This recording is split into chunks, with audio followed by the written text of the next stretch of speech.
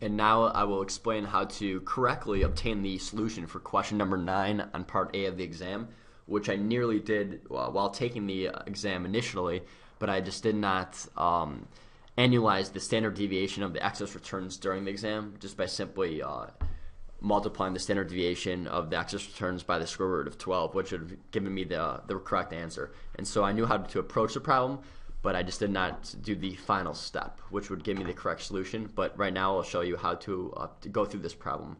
And so the Sharpe ratio is defined as the risk premium divided by the standard deviation of the excess returns. And in order to get the risk premium, we need to look at two things for the 10-year period between 1926 and 1935. We need to look at the stock returns total for the period, as well as the 30-day bill returns. And so these three headings I just arbitrarily put in just to help me collect my data. And so I'm going to go from 1926, which is shown under the month, for the stock returns, and highlight all this data while holding the shift key to highlight the data through 1926 to 1935. And then once I have that, I'm going to click Control C to copy it, and then I'm just going to paste it here once again just to help me organize my data. So Control V. And I'm going to do the same exact thing for the 30-day bill returns from 1926 all the way through 1935. And then once I have these or this specific data for the problem, I will be able to obtain the risk premium through 1935. Control C, and then once again just paste it here under the heading 30-day bill returns. And then once I have this data, I can calculate the risk premium, which is just the stock returns total minus the 30-day bill returns. And then as soon as I have this function, if I go to the bottom right of the rectangle and click on this little square and drag it all the way through the whole entire data set, it will keep the function intact. And so for instance, it takes the 4% minus the 0.01% to give me the 3.99%, as we can see here. It takes the L133 minus that. And so it's just a quick way in Microsoft Excel, instead of entering functions for the entire data set, just a quick enter it once, click on the green square in the bottom right, and then it keeps the function for all the data. And I just put, once again, just this little border right here just to keep the data separate. And so to do this, you just highlight the data by holding the shift key and then pressing the right arrow twice, and then a quick shortcut to get any borders is Alt HB, and it gives you the border. And if I want the top border, I just click P or scroll down and click enter right here, and it'll give me the top order. And right now I want the average of these three data points, and if I clicked on equals AVER, it shows me I have average, and if I click tab, it will give me the average function. And so if I hit the arrow key once up, let's start in this data point, and if I want to highlight all the data, I hit control and then I can shift all the way up. But this is very tedious and takes a while, and so a simpler method I will show you in the next example. You can just while holding shift, you can also hit the control button, and it'll take you up through the entire column. Right now I want to do average and close the parentheses for the data set. So the average, as we can see, if we press F2, it equals average, and it takes the entire data set from the row and column from L14 to L133. And now I want to do the same thing for the 30-day T-bills, and just a quicker way to do this is click average equals average, press the tab, and instead of scrolling up the shift key the whole time, we can, while holding the shift key, press the control key as well, and it takes you through the entire column up.